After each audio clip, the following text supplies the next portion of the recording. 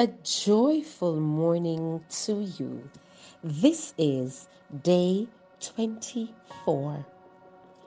If we died with him, we shall also live with him.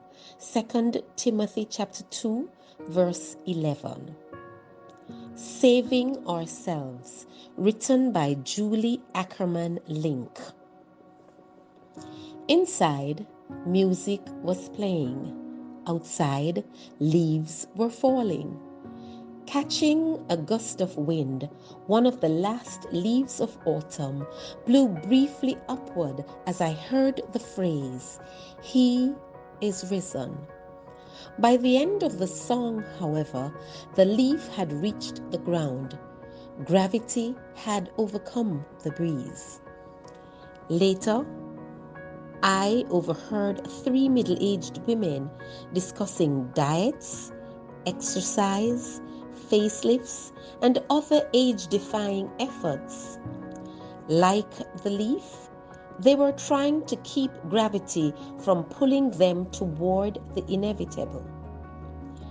Their conversation reminds me of the good works people do to try to save themselves from spiritual death. But just as leaves cannot keep from falling and people cannot keep from aging, no one can work hard enough to avoid the consequences of sin, which is death. At the crucifixion, mockers challenged Jesus to save himself.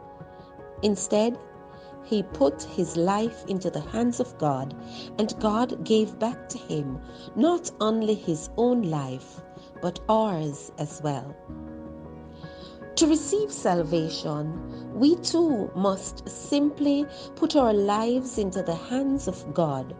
For if the Spirit of Him who raised Jesus from the dead lives in us, He will guide and give life to us as well.